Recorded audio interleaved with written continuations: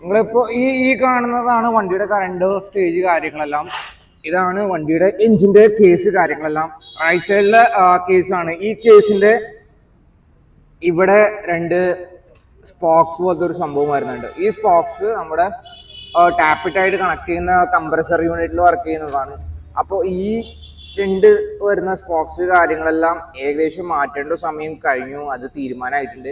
അപ്പോൾ അത് മാറ്റിക്കഴിഞ്ഞാൽ തീരാവുന്ന പ്രശ്നമുള്ളൂ. നമ്മുടെ കാർബറേറ്റർ കാര്യങ്ങളെല്ലാം മാറണം. കാർബറേറ്റർ ലാസ്റ്റ് മാറിയത് 2017 ഓർ 18 ന്യൂ ഇയറിലാണ് മാറിയത്.